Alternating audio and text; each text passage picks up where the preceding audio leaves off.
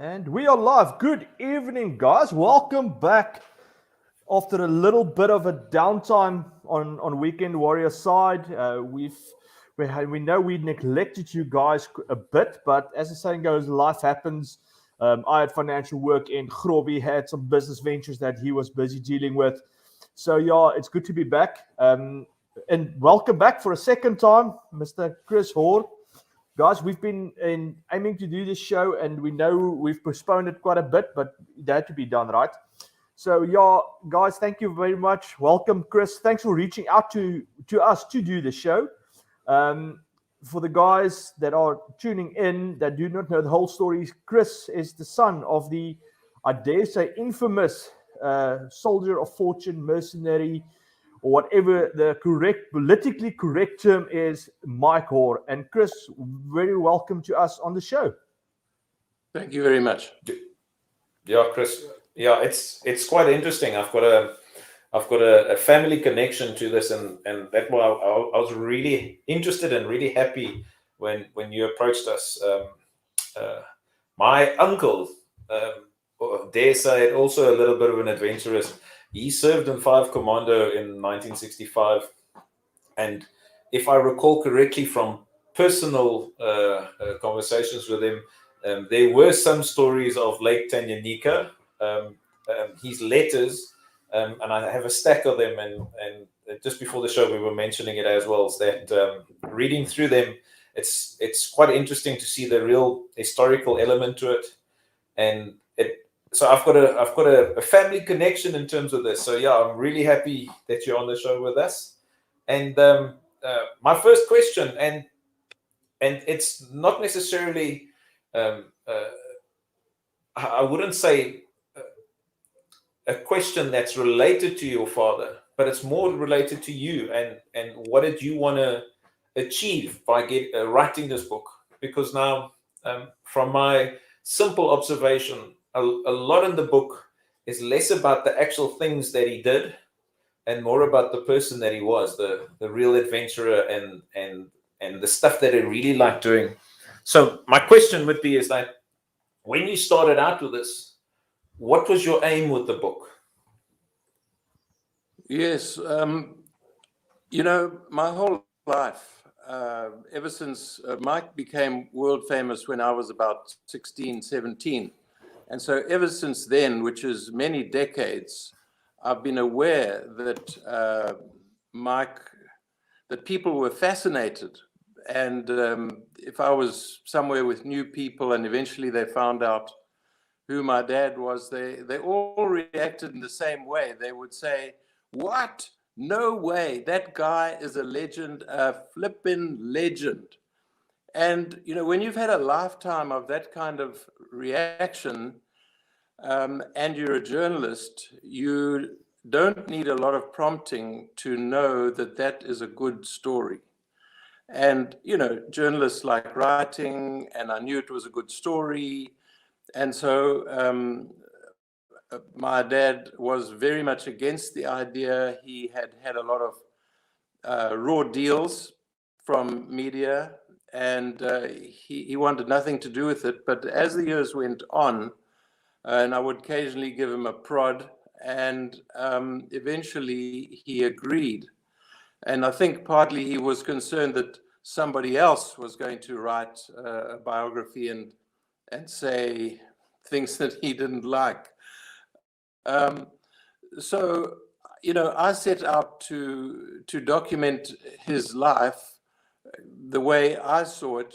I did a lot of research. It took me 12 years between times, and I loved every minute of it. It was absolutely fascinating. And of course, sometimes it was difficult because I found out things about my dad that I'd probably rather not have found out about. And now what do? So I took the view that you actually, unflattering as it might be, you've got to put it in. And so I put it in. I wanted to, I was desperate. At one time I worked in public relations, and I was desperate that nobody ever say to me, you did a whitewash job on your dad. You know, you did a PR job on your dad. I was really keen for that not to happen, and so far nobody has said that, because I think I've painted a realistic picture.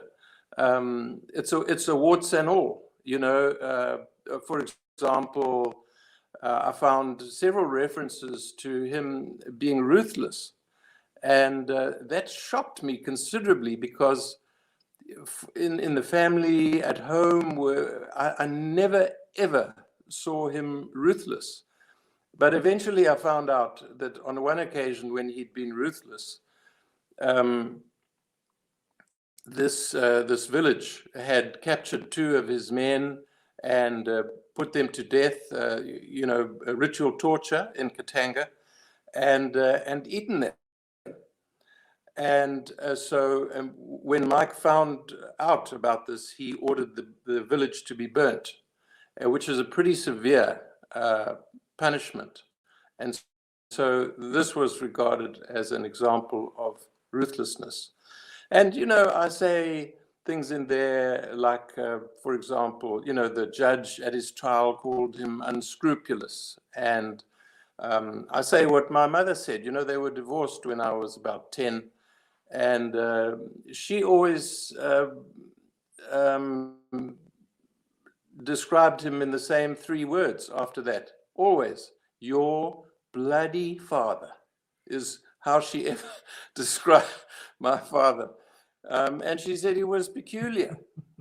But she would always say, but given his childhood, it's a miracle that he wasn't more peculiar. And he did have a weird childhood, but then, you know, probably lots of people had weird childhoods. So yeah, I have tried. Some people have said it's very detailed. I've tried to put in just about everything I can remember about him. You know, how his handwriting became illegible, and so he taught himself to write in italics. And he maintained that for the rest of his life. So inconsequential little stories like that, and there are hundreds of little stories that you wouldn't read anywhere else. Yeah, just touching on that, and regarding his childhood, would you mind giving us just a brief summary? The book's quite detailed, and I really enjoyed it because it actually paints a proper picture of where it started.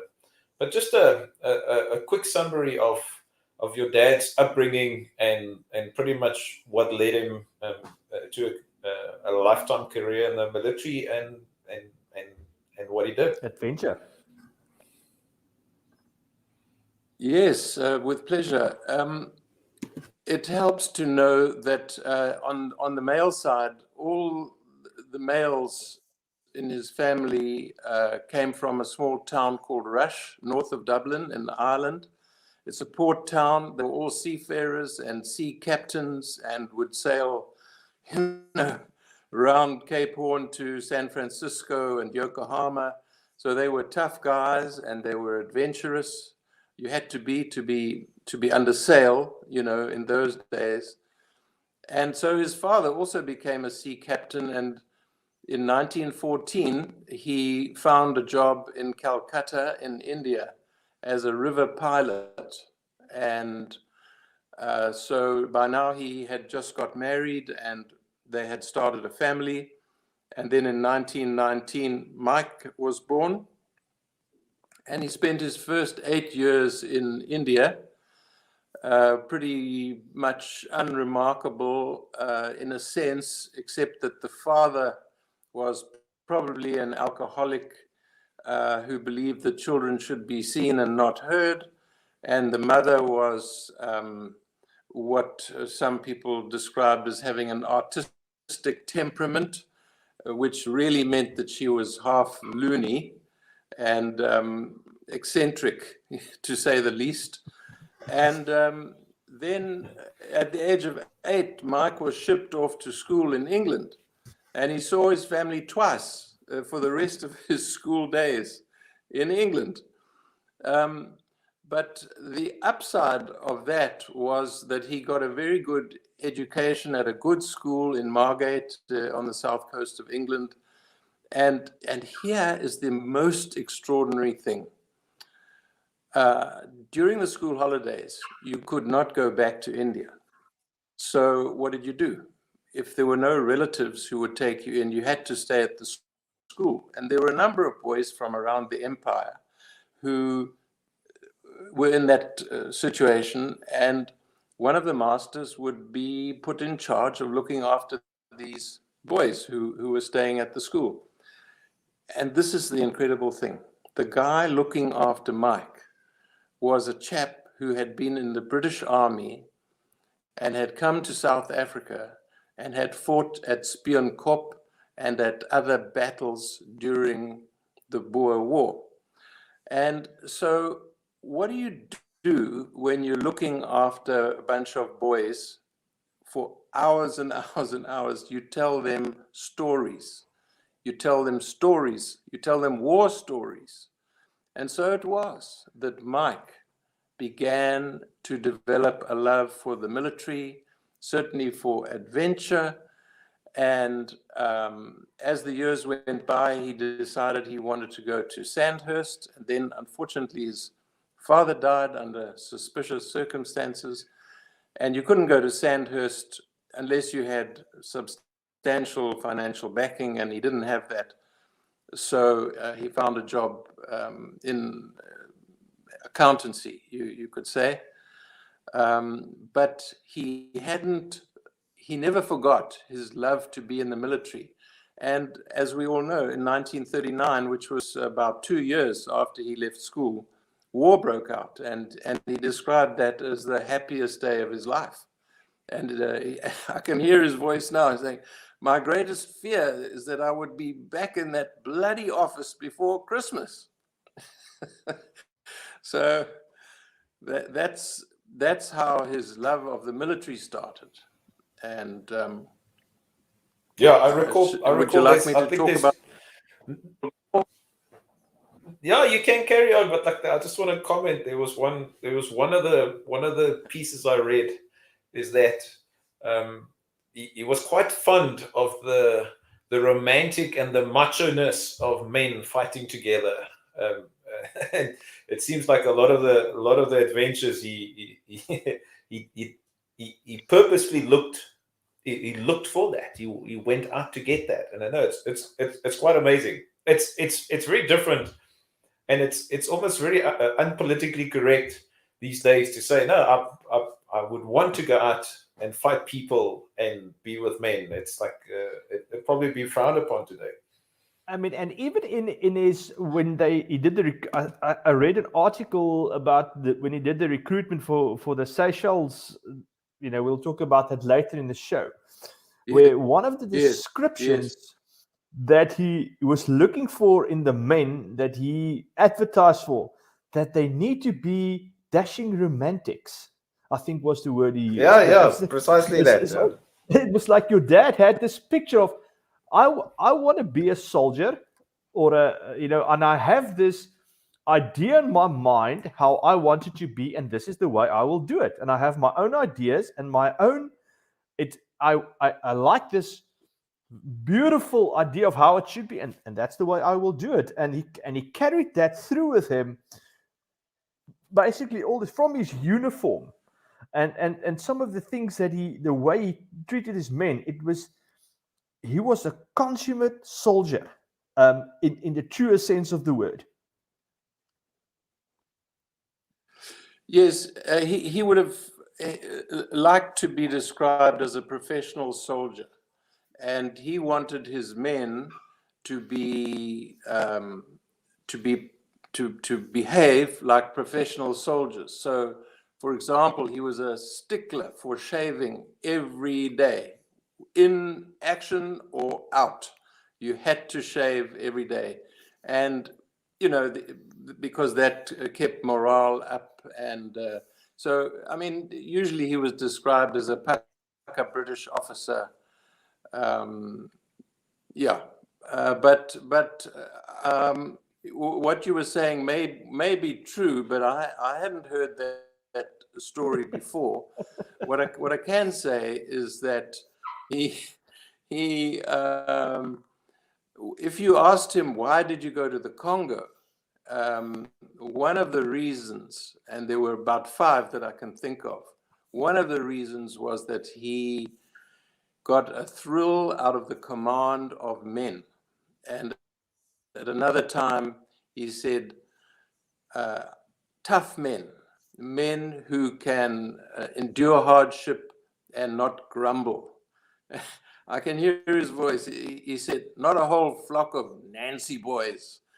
You know, he liked tough guys. And it actually turned out, you see, say, for example, you call now for 300 men to go and fight as mercenaries somewhere. Who are you going to get?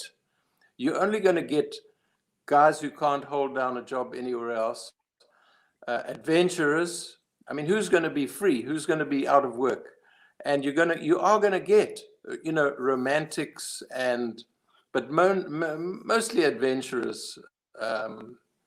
And so that's what happened. That is how it turned out. And of course, there were some ex-army guys and, a wide range of people turned up, to be honest.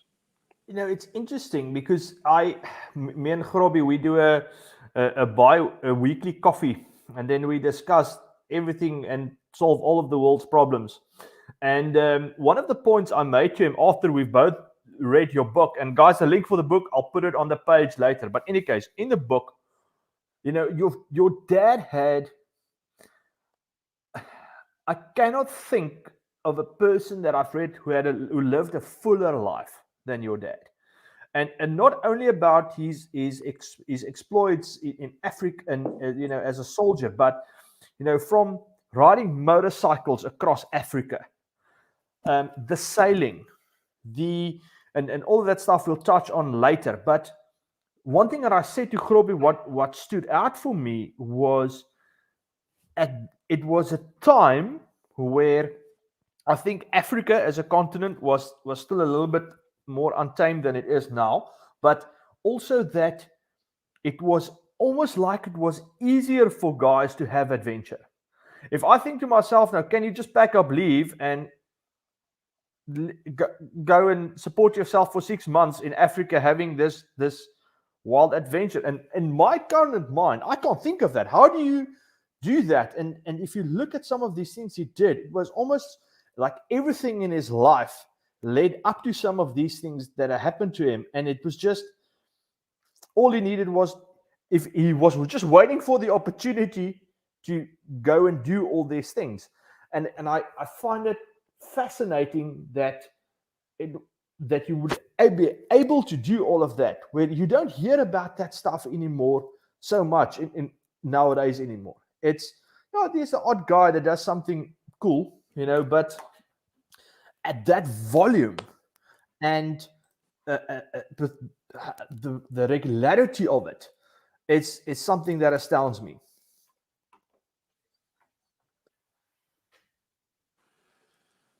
Yes, you're probably right. Africa in the early 50s was red. You could go through British territories all the way from South Africa to Egypt. So in 53, he bought a second-hand motorbike and rode from Cape Town to Cairo. And he, as I say in the book, he says, all you have to do is to take the first step. Yes, the first step is the hardest step. And so the first step is not getting on your bike on day one. The first step is, you know, reading up about routes. You know, in those days, you would have been practically on your own. There were probably no books on that sort of thing. Certainly no one to talk to. And yeah, but for example, he bought this bike. He got a mechanic to show him how to service it, you know, what was likely to go wrong. And on a given day, off he went. And And he got to Cairo, and the following year he did Africa east to west. So those were two adventures. Later on, he went looking for the lost city of the Kalahari, and then running safaris in the Kalahari and the Okavango. But it's interesting what you said. I'll just pick up on that. I've always thought that everything that happened to Mike before his first time in the Congo, which was in 1961, was preparing him for that role. So he had a tough childhood where he learned to become unemotional and a low reactor and independent at boarding school, and then this love for the military, and he shone in the British Army during the Second World War. He was a major by the age of 26. And then all his experiences in Africa, I mean, on his second trip on his motorbike, he even went through Katanga and got to know that area of the Congo. But he was learning about the bush and about Africa and about Africans. And the same thing happened in the Kalahari. So by the time the Congo came along, you know, he had the military background, the personality, the military experience and know-how, and was ready to take command.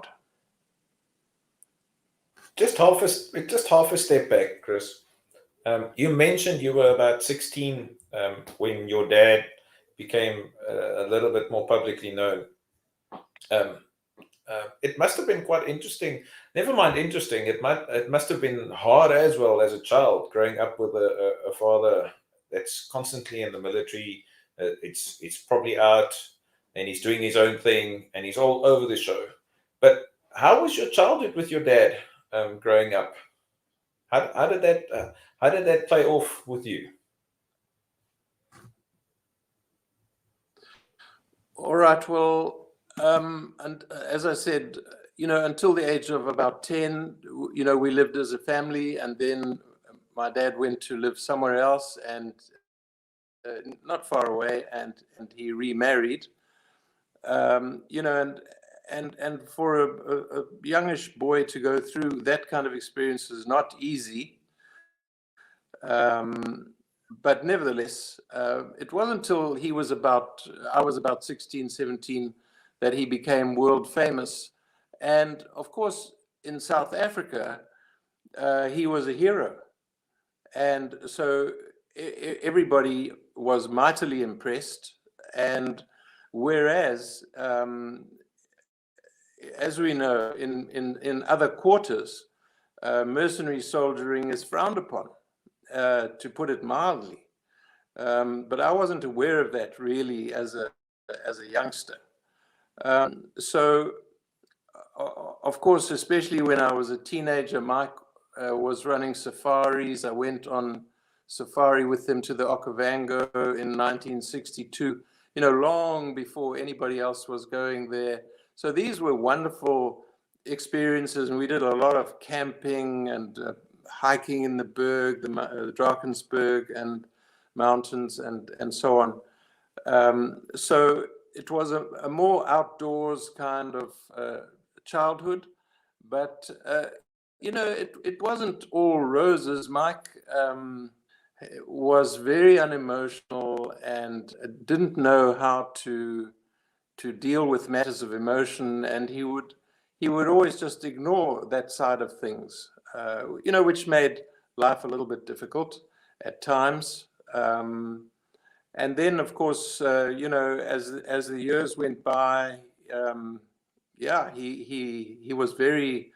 I mean, he was a legend throughout the Western world. He was a household name, and especially in places like Zambia and what was Southern Rhodesia at that time, where the mercenaries in the Congo were fighting the communists.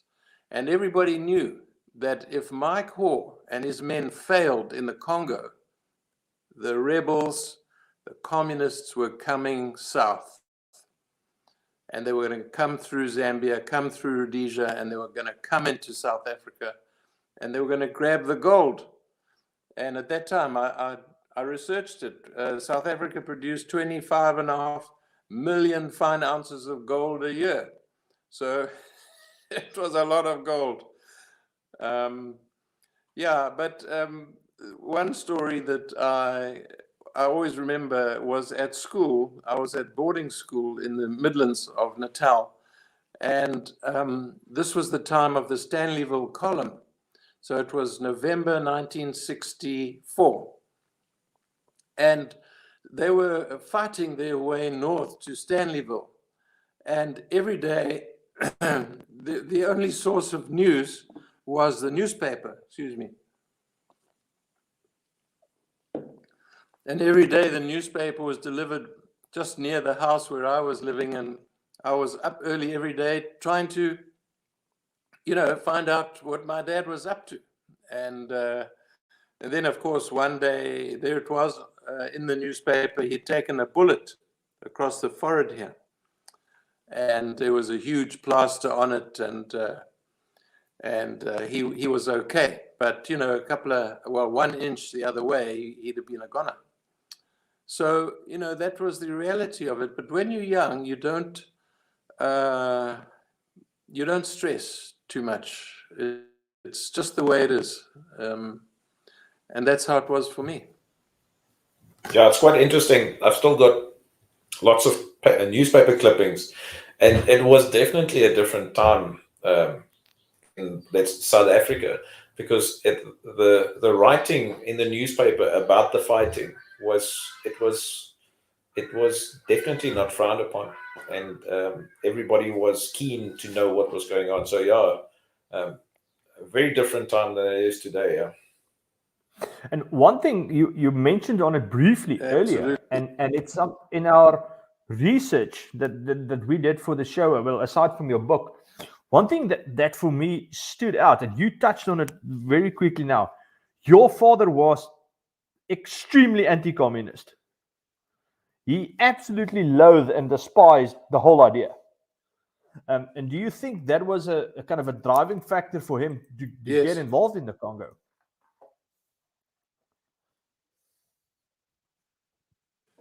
Yes, I would say that was the prime motivating factor. Everybody thinks that you become a mercenary because you need the money. Mike had been in business. He was very, very astute in business, and he had made a lot of money. As we've seen, he did all these trips, and you pay for them somehow. The leadership of men, the adventure, money was about fourth on the list. And the thing I like to say is that the other reason why he went to the Congo was Shakespeare said it was okay. Now, you see, Mike loved Shakespeare. He knew his Shakespeare. He listened to Richard Burton reading Shakespearean plays. And when he was in prison, he wrote out his favorite verses from Shakespeare. And on the first page, the very first one, he wrote, I'll try and recite it to you. There is a tide in the affairs of men, which, taken at the flood, leads on to fortune. Omitted, all the voyage of their life is spent in shallows and in miseries. So there you see, what he's saying is, when you get an opportunity, grab it, because it won't come around again, and the rest of your life may be completely different. So this opportunity came up, but I'm digressing a bit. It's absolutely fascinating to know how Mike became such an anti-communist, and it all his whole life sort of strings together, from the military man in his school days. Now he's leading safaris. The very first safari he led across the Kalahari 3 Land Rovers, 15 men. I mean, they didn't guess. I've seen the pictures. They just sat on the ground around a fire at night. So it was quite tough. And one of the guys on the trip was an American by the name of Don Rickard. And Rickard reported to work for the American consulate in Durban. What he was, in fact, was CIA, based at the consulate. And he and Mike became best friends. You know, they were both similar in many ways. They both loved literature. They were both intelligent, humorous, and adventurous. And they did some trips together and before 1961. And so it was that Don Rickard, you see, we forget that those were the days of the Cold War. Those were the days when America and many, many people believed that the communists were going to take over the West and that they had to be pushed back. And they were going to take over Africa and they had to be stopped. And so Rickard explained all of this to Mike and, if you like, indoctrinated him so that within a couple of years, Mike had come to embrace this line of thinking. And so when the communist rebels rebelled and started taking over the Congo and mercenary soldiers were called for, Rickard would have been standing next to Mike and egging him on and saying, put your hand up, you're the right guy for this job. And I'm not mentioning, of course, that he was the right guy for America, because America was the leading role player in stopping the communists, as we know. You mentioned Don Rickard, and if I recall correctly, in one of the chapters, I think it's Loose Tongue, it starts off by him dropping this communism bombshell at a party with your dad. In that specific space and time, what historical or what other elements do you think drove your father specifically in his endeavors? Because now, if you think about it, some of it has this idealist approach where others seem, like you said, and that's like the warts and all of it. Like it's more monetary, but yeah, it's literally. What do you think, apart from communism, and sort of drove your dad? Was it always pretty much a layer of some level of idealism, and then the practical part, and then obviously the adventure part sort of mixed in?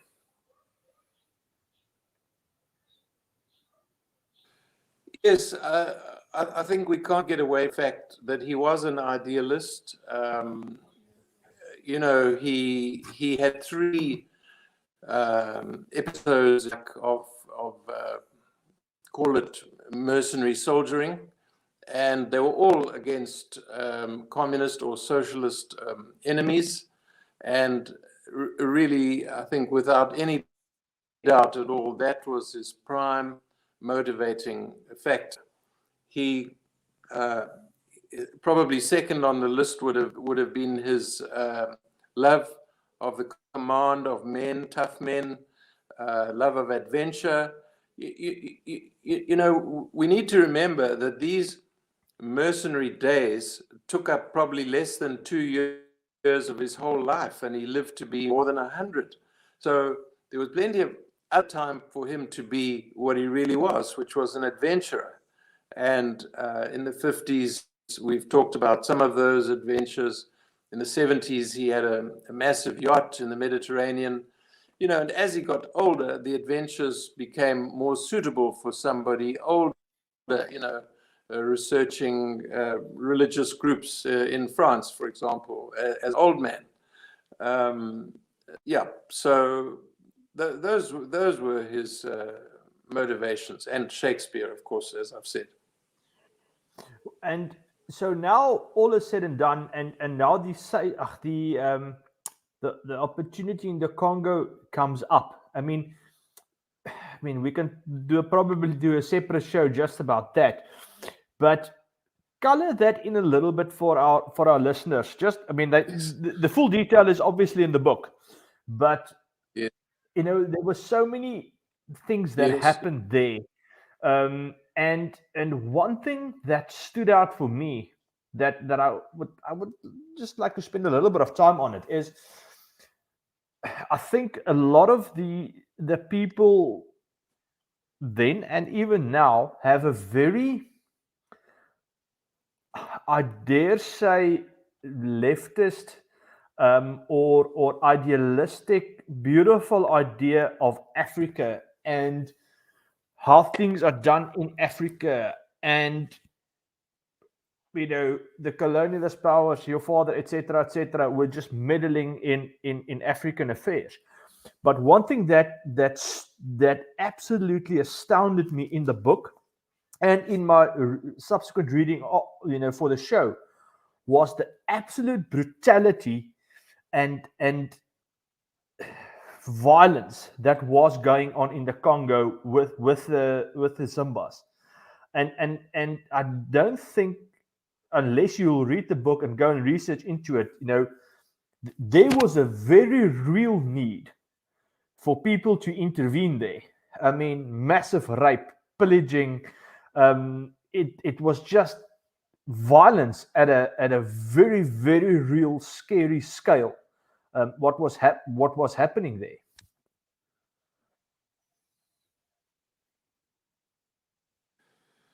Yes, that's true. And I don't want to downplay that. And there are some horror stories in my book about that.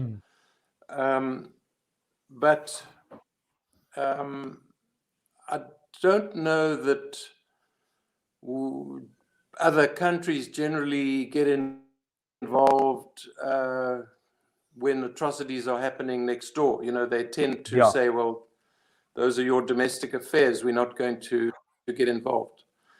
But we know that the United Nations got involved. And from my reading of it, it seems that the United Nations is a left-leaning organization, and they got involved when Katanga broke away, and their mission was to bring Katanga back into the fold, and they did that in 1963. And then the rebellion started in the beginning of 64, and instead of saying to the United Nations, well, we're here, we'll sort out this communist rebellion, guess what they did? They packed up and went home. And so I don't think by any stretch of the imagination the mercenaries were recruited to stop any atrocities or events of that nature from happening. Yeah, I'll leave it at that. Yeah, I think what Rowan's trying to point out is that if you have there's similarities like the Rwandan genocide, and I think if I read correctly that the preceding issues the United States had in Somalia, they ended up not intervening or not putting their hand up to intervene there due to that specific political fallout from that, and where it's very similar to Ibn Barlow and executive outcomes. Look, there's always like you can say what you want to. There's always a financial element to it because these people do something and need to get paid for it. But the same in Sierra Leone and those places, it's almost like if they weren't there, the end outcome would have probably been a little bit worse than it was. And like you said, it's like they were fighting the communists from going pretty much Southern Africa. It's the whole, as you mentioned earlier. But apart from that now, and you actually made a very interesting comment that your dad did not really spend that much time with these forays. Now, in the 70s, it was between the Congo, and it was only later on that the Seychelles came in, and he had his yacht as well. Please tell us a bit more about the yacht.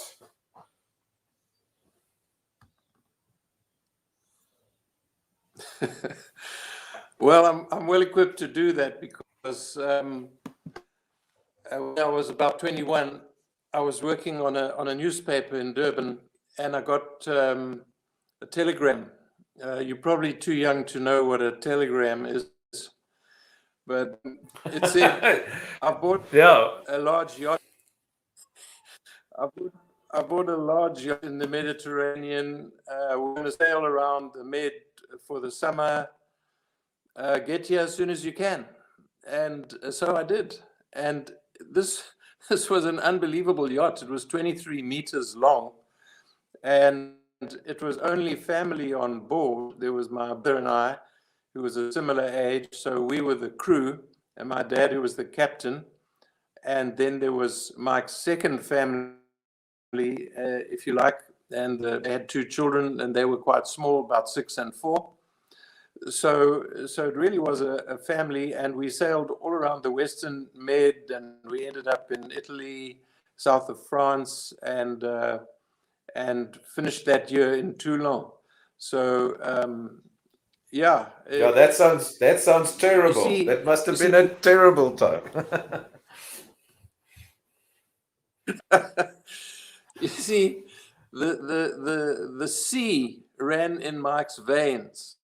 Yeah, I've told you about his forebears. They were all sailors. So now, what I haven't told you was when the Congo was all over, Mobutu actually called Mike back again in 1967, long after Mike had left. And Mike, I think he'd probably been promised some kind of extra reward. And Mobutu had a box of dollars under his desk, and he fished out $30,000, which in 1967, I've forgotten how many million it would be today, but a lot of money. And so that's how he came to buy this fabulous yacht. And it was an old-fashioned yacht. You know, Mike was a traditionalist. He loved everything traditional and the way it should be and the way it used to be. And like he had new sails made. You know, everybody in those days was having sails made out of terraline, not Mike. He wanted canvas. And he found an old sail maker in Valencia in Spain and commissioned these new sails from him. Yeah, so the first year, and then the second year, we were mainly around Mallorca, which is an island off Spain. And but this year it was different. There were no family. There was just my brother and my sister and I, and we took on a crewman a bit later. And we were paid. Mike paid us to do maintenance, and I think it was basically a way to shut us up, because we had no say now in where we were going, because something was on, and we never found out what it was, but we all imagined we were going to have to rendezvous at midnight off a beach with men in black and rubber ducks and all that. And Mike was always going off to the post office and getting his mail and making phone calls from call boxes. You know, I'm trying to paint a picture of how different life was in those days. And yeah, but the call never came. And to this day, I don't know what it was all about. But, you know, so after quite a while, then, you know, we would sail around, but we couldn't go too far, away.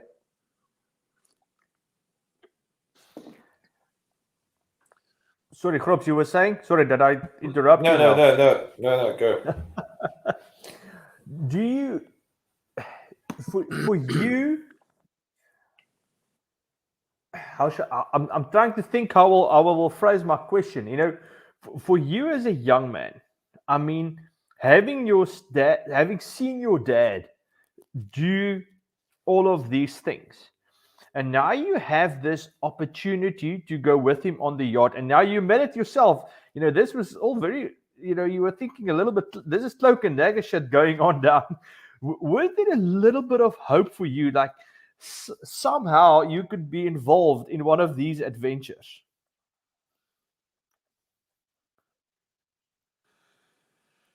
To be honest, you know, that was the hippie era.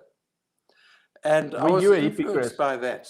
And I didn't really have much.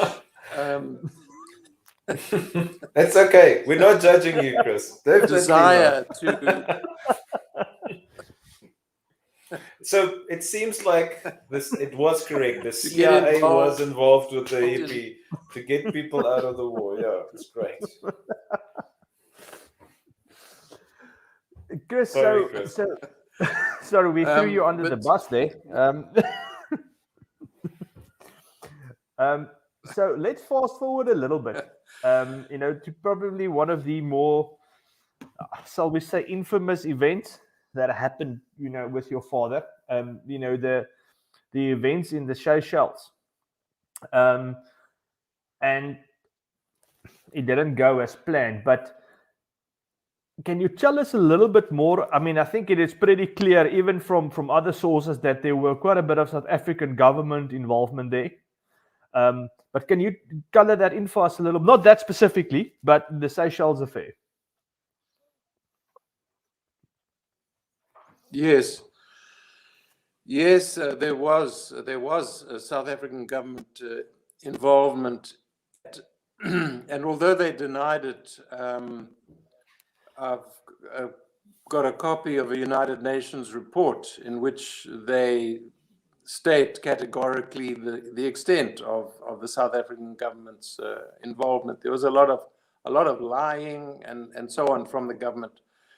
But to just start at the beginning, the Seychelles in 1977 was taken over by a guy called René, who was a socialist, in a coup. And the fear was that he was cozying up too much to the Russians.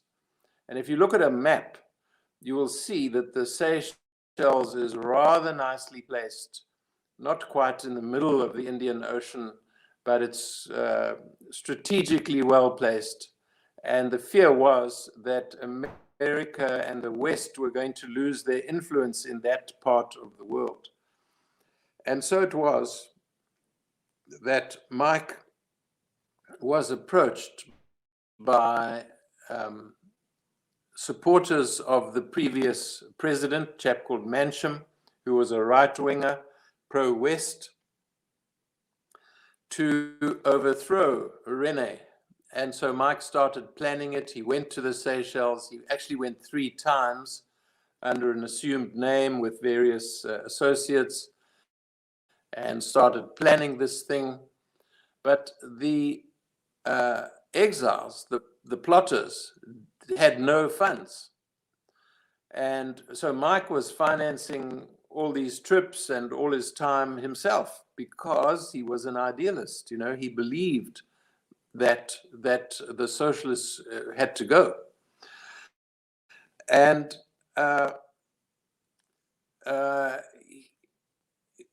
slowly, a bit of money started coming in, but it was peanuts. And so Mike's first plan called for $5 million, which was a lot in those days. But nobody could come up with that. And so in the end, he came up with a cut price coup, $300,000. And eventually something approaching that kind of money started coming in, but it was hopeless. And so they said, look. Sorry, I'm interrupting you, Chris. Yeah. It's quite funny because I think the the guys got paid. The US paid a $3 million fine to get the people out of prison. It's quite ironic where he had to cut the operation so small because of budget. Yet at the end, the money was still exchanged anyway. Sorry, mate. Carry on. I interrupted you badly there. My apologies. Yes. No, it's an interesting observation, and I certainly have seen that in business. You lose a client because you're too expensive, and then who do they employ? Some guy who's charging them 10 times the amount. Anyway, yeah. So he was. You see, the NIS, which is the National Intelligence Operation, basically security, we're keeping an eye on Mike in the form of a guy called Dolinchek, who used to meet with Mike regularly, and so they knew what was going on. The government knew what was going on. The NIS knew what was going on, and eventually Mike had a meeting with the top guys in Pretoria, and was led to believe that P.W. Botha, who was the president at that time, knew about this plan and approved of the plan. And then he was handed over to the army, and they discussed what his needs were. And about a week later, this 8-ton truck arrives with 75 AK-47s, 7 or 8 RPGs, two-way radios, hand grenades, I forget, 23,000 rounds of ammunition, and all sorts. And, this was all supplied by the SADF, the South African Defence Force, and they even produced a receipt book, and Mike had to sign a receipt for it, and there's a copy of it shown in his book, The Seychelles Affair. So there's no question about it. They were behind it, and then it all became very difficult. How are you going to get all of these armaments to the Seychelles? So the first plan fell through. The second plan was a yacht, but that was too expensive. They couldn't afford it, and so the third plan was to take the weapons and very little else in false bottom suitcases. And as everybody remembers, there were about 50 guys, and they posed as a beer drinking charitable group called the Ancient Order of Froth Blowers. Cheers. And they flew to the Seychelles in what was supposed to be a chartered plane for themselves only, but yeah, many things went wrong, and a small thing, it appeared to be a small thing that went wrong, was that for some reason the plane stopped at the Comores and picked up 1 or 2 passengers, one of whom was a Frenchman who had some fruit.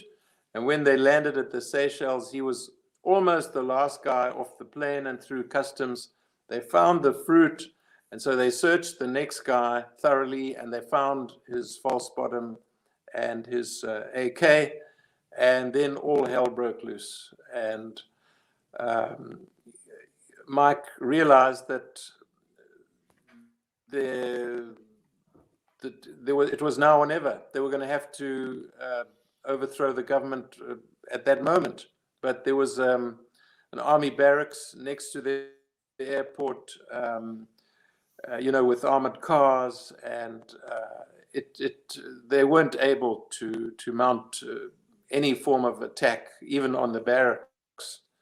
It was nighttime. The guys had been drinking on the plane. It was a shambles. And then to top it all, in the middle of an Air India Boeing flying between Harare in Rhodesia or Zimbabwe to Bombay, came in to refuel, and was almost blown out of the sky as they were coming in. And to cut a long story short, they got on that plane and flew back to Durban. And all arrested, and eventually they were brought to trial for basically what was called air piracy, basically hijacking. And when you think that, they came to Durban, not to Bombay, it would be hard to mount a defense against that. And they all went to jail. Mike got 10 years. The next rank of officers, as it were, got 5, and then some guys got 2 or 3, and the rank and file got 6 months. Fortunately,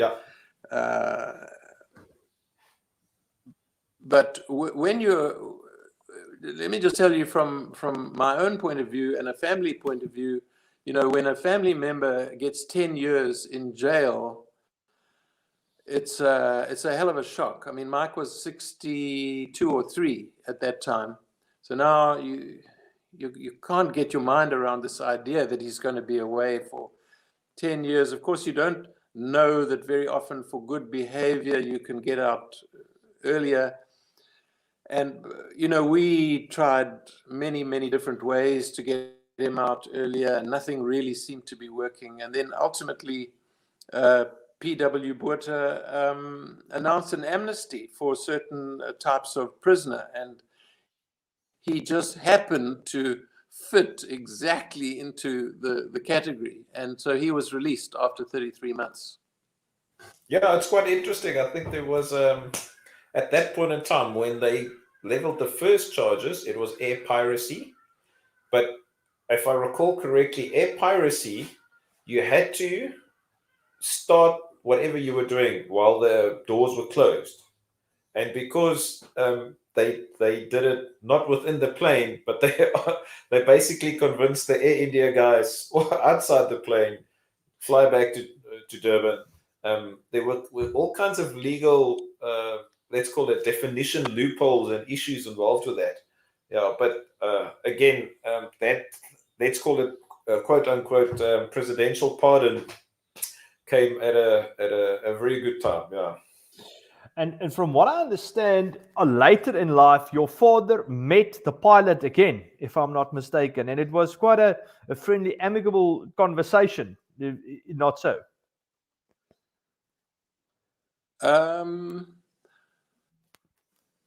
I think it was Peter Duffy, one of the senior guys on the trip, who went to India and met the pilot, and was entertained by him, and they had a press conference in his flat, and there were 32 news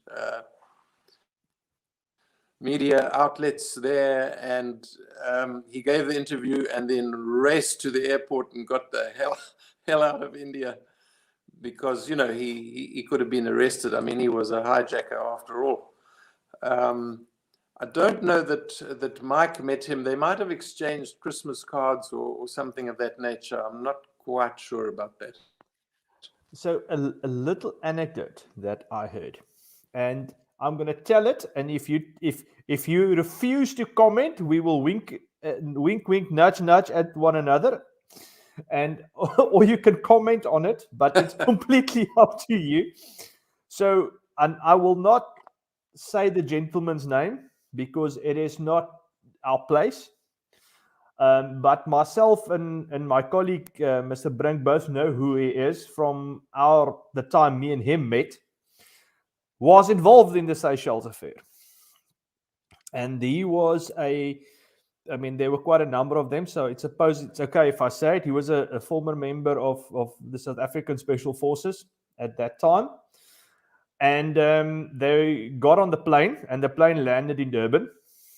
And from what I hear, a specific group of these guys from the recce's that were on this event refused to get off the plane. And from what I hear, there was a bit of a standoff between them and local law enforcement, to a point where they had to get the commander from the recce base at the Bluff to come down to the airport and persuade these gentlemen that might be not the best time to dig your heels in, because we need to get this thing, this needs to end now. Are you going to wink at me, or are we going to change the subject?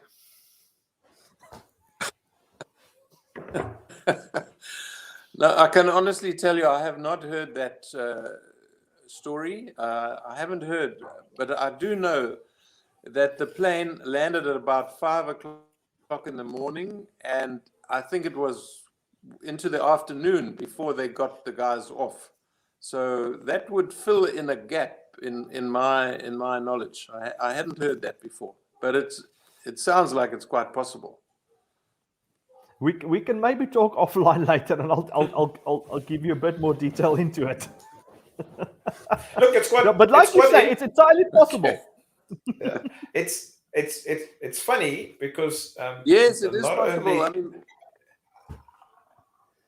no, in the maybe the last 3 months, I've met 2 older gentlemen that one whose father was also involved in the Congo with your dad, and there's another gentleman that we met recently about 3 weeks ago, that he was they call it for a little drinking session on the island, a little excursion, that he refers to it, but and to highlight the point that Rowan made earlier,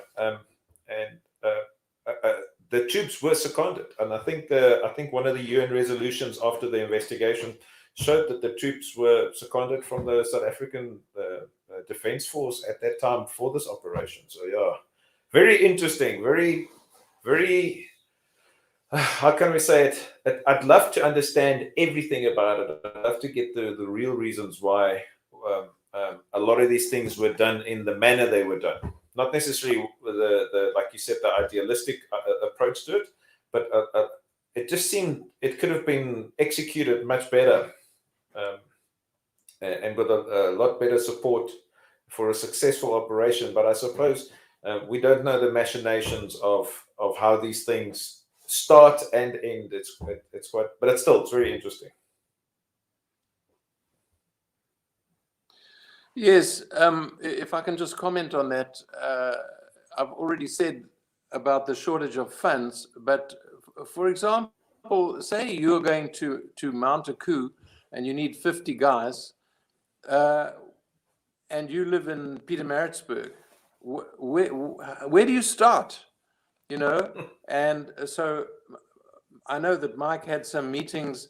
You see, it was just after Rhodesia, and there were a lot of Rhodesian army guys on the loose in Durban. And so the word went out, there's something happening, money's good. And so they would meet with Mike, and he would say, well, I need to know by Sunday. So now these guys are on the loose, and no doubt they tell their wives. And well, of course, then everybody knows.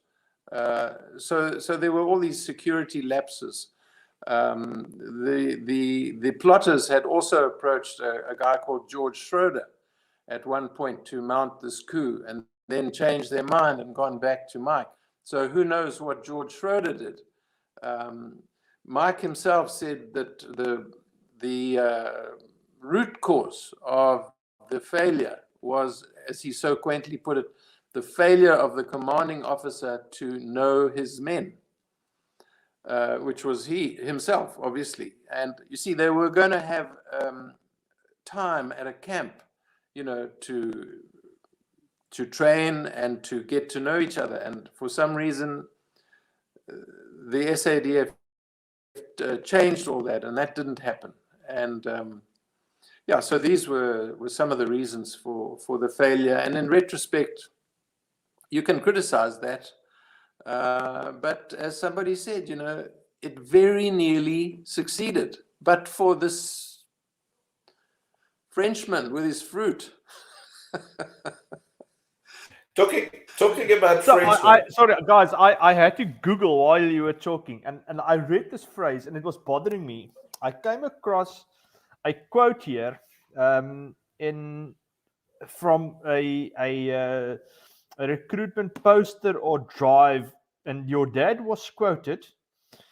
And also, the average age of the guys that he recruited was 32, and they're quoting your dad. They had to love combat and be tremendous romantics. I believe is the, and that's a quote.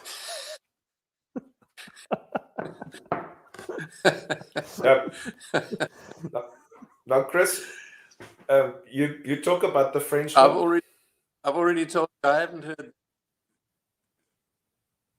Sorry. No, don't be sorry. You talk about the Frenchman. Can you hear us? Yes. There we go. Yes, I can hear you. All right. So you talk about the Frenchman that sort of, it's like one event on another in the Seychelles. Let's talk about your dad, the Francophile. Oh, yes. That was a big sigh, Chris. That was a massive sigh. I've told you. You know, I'm the kind of guy, I won't just start talking. I've got to marshal my thoughts, and then it'll come out right. You see, I've told Chris, you about this is a safe space. You could say what, we don't bleep out anything. Okay.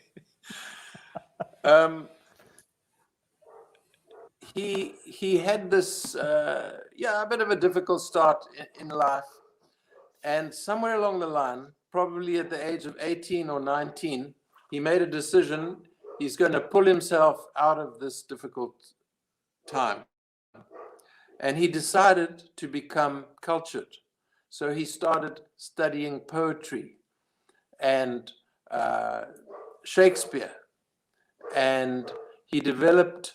He soon figured out that being super polite will get you quite a long way in life, and being charming will get you a long way in life, especially with females. And so everybody who I ever introduced to Mike the guys would all say, he's so polite. Of course, they were expecting some guy who, with the greatest respect, looks like you, Ruan, and big tough guy. I mean, Mike was 5'7" tall, and with the demeanor of an accountant. So they were always shocked, and the women, they were bowled over because he was so polite, and he would make a big effort. So what I'm getting to is that. Of course, if you can speak French, it's also another arrow in your quiver of being cultured. You understand menus which are in French, and you can litter your conversation with appropriate French words and so on. So I grew up on this diet of how wonderful French was. And so it was no surprise, when Mike was in his early 70s, he went to live in France. And, I mean, I'm that age now, and all my friends, what do they talk about? They talk about where they've put their name down, in which retirement complex, and have they got frail care, and etc. But not Mike. He went off to France, and he spent the next 20 years in France. And for 14 of those years, he looked after a chateau for a British lord. And I kid you not, the lord and his wife would bring their aristocratic friends to stay in the chateau. And on the very first night, they would invite Mike to meet their aristocratic friends, and they loved him. And all they wanted to hear about was his Congo stories and his prison stories. And he was a big hit with them. And so during this time, he studied the Cathars, who were a Christian sect who had somewhat unusual semi-Christian, well, some were full-on Christian beliefs, and some were a bit wacko. And he made a study of it, and how basically the Pope employed soldiers, some of whom were mercenary soldiers, to wipe out the Cathars. And so he was interested in the Christian aspects of this and the military aspects. And so he spent 14 years researching it, reading books in French and English. And then he wrote a book on it himself.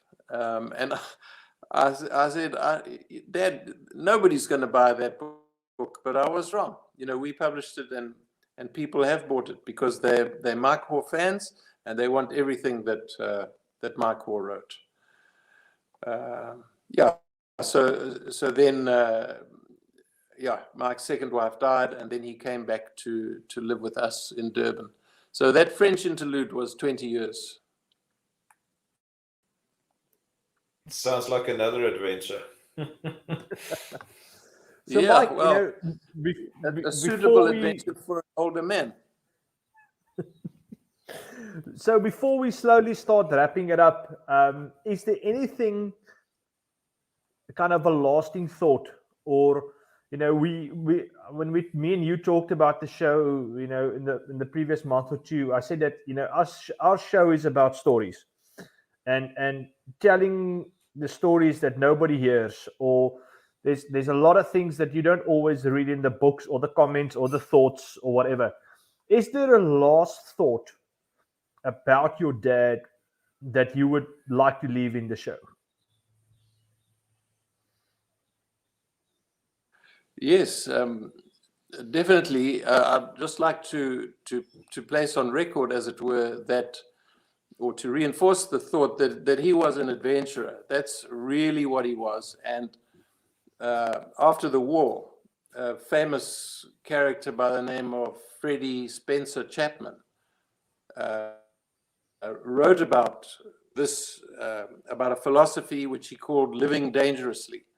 And the idea was that by living dangerously, you got more out of life. And so Mike espoused that philosophy. And yes, of course, much of it wasn't that dangerous, but riding a motorbike to Cairo would be, much more dangerous than riding it in the suburbs of your city. But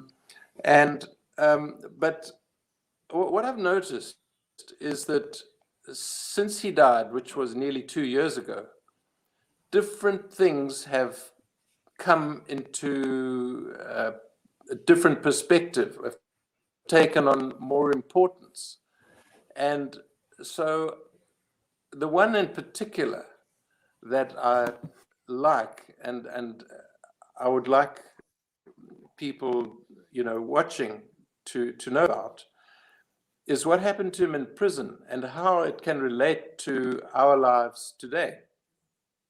And what happened was, very early on, and it was a ghastly place. And but Mike always joked that he'd had the finest training a man can have for prison, which is boarding school. And having been to boarding school, I can relate to that. And this old prisoner, who'd obviously spent most of his life in prison, came up to Mike one day and said, "Can I tell you the secret to surviving in prison? You're going to be here for 10 years. And so Mike, of course, was interested to know. And the guy said, "What you do is you identify somebody who is less fortunate than yourself, maybe less equipped personality-wise or physically or whatever it might be to cope with those conditions. And you help that person. Maybe you give them extra food or advice or money, and I know that Mike was in a plumbing gang with some African prisoners, and this one guy didn't have a radio, and so Mike arranged for him to have a radio. And so what I'm getting to is actually this here, what we're talking about, is the secret of happiness in life. The secret of happiness is to help other people. I don't know what your experience is. I know that if I help somebody, I get a great feeling inside. And I know that the person on the receiving end is also happy because they have received something that they hadn't known they were going to receive. So that's an example of something from Mike's life that has taken on greater meaning for me since he left. And the other thing I always like to tell people, and they say, how old was your dad when he died? I say, well, he was 100 years old. And they say, he lived dangerously, yet he lived for 100 years. And I say, yes, that's what happened. And I say, shall I tell you what his secret was to living for so long? And they always want to know. And Mike, I've already told you he had Irish blood. So bear that in mind when I tell you that he had his own view on how to keep healthy. And the main thing was never, ever to go and see a doctor. And I'm not saying never, ever, ever really, but in almost every case, never go and see a doctor. And then the reason why is the funniest thing in the world. The reason why is because the doctor will only find something wrong with you. So that was Mike. He was a contrary character. He was suspicious of politicians and tended to see things in a different way. And that example, he wouldn't take medication, even simple medication, he wouldn't take. But aspirin, he would take all the time. That was good. That would solve every problem. Just take a couple of aspirin. Chris, this is my final question to you. Did you end up having any kids? Me, myself? Yes. Yes, I have two. So did any of Mike's grandchildren exhibit any of his more illustrious traits?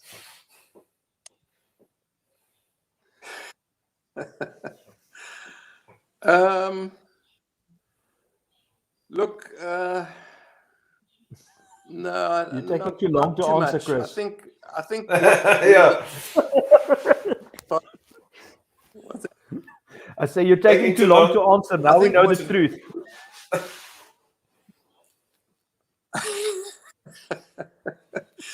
I think what we inherited was, a love of camping and that type of thing. And so, when our children were very, very small, we started taking them camping. And so now they're both in their 20s, and one's an environmentalist and the other one's a geographer. So that was, you can thank Mike for that. He infused in me, a love for the bush and that type of life. Yeah, it's on the scale of vocations and types of jobs that people can do. That is still quite an adventurous type of work. So yeah, it seems it has passed down a little bit. Last question for me. Having done all this research, I mean, you said it took you about a decade. 12 years, yeah. 12 years, yeah. Did it cement your previous perception of your dad, or did it change it?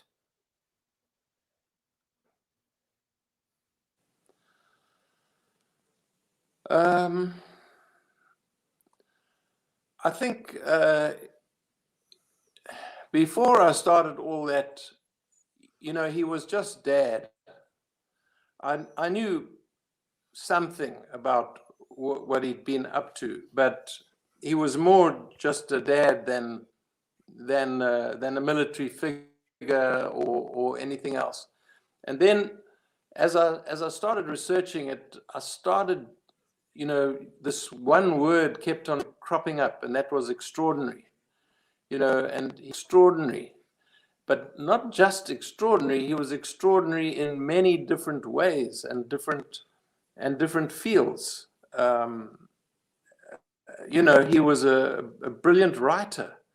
We haven't talked about the film The Wild Geese, but how many people do you know who got portrayed in a film by Richard Burton? That's absolutely extraordinary. And he had 7 books published, and he became a household name all over the world. And of course, he went to jail. I mean, all these things are extraordinary. That any one person normally only ever achieves one of those things, perhaps in a lifetime. No, I think you're so right. Another friend of mine, we were discussing the whole principle of being able to write a book, and my comment to him was like, I don't want to learn how to write a book. I probably want at best, you'd probably want a book written about you, but to get that done, you need to do something that's worth writing about. And I think a lot of people fall short in that department. But your dad, definitely not.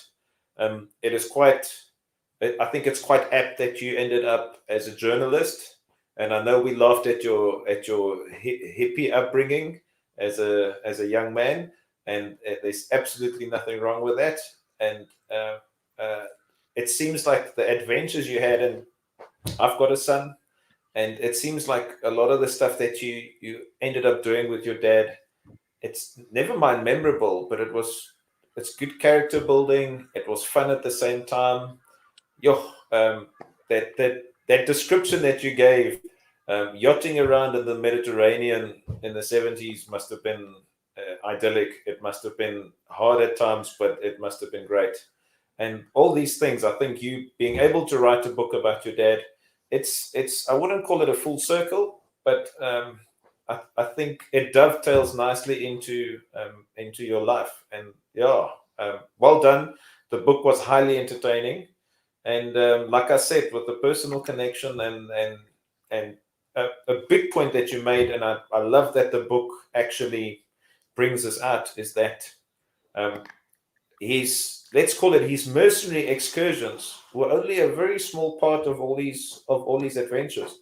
And I think anybody that's interested in anything to do with Mike Hoare, do yourself a favor, get the book and get some insight onto him. It's always a very good read. Thank you, Chris. May I just mention that for overseas viewers, my book is on Amazon now. It's called Mad Mike Hoare, the Legend, and it's well priced, and you can get it on Amazon. And viewers in South Africa can get a signed copy from me or a copy from bookshops.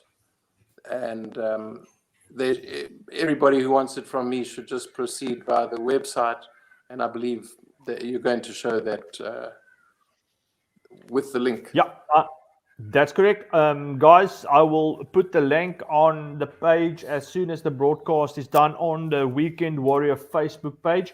If there's any questions, just go onto our Facebook. And please like and subscribe on the Facebook and on the YouTube. But I will go and put the link directly to the website on our Facebook page. Chris, thank you for joining us.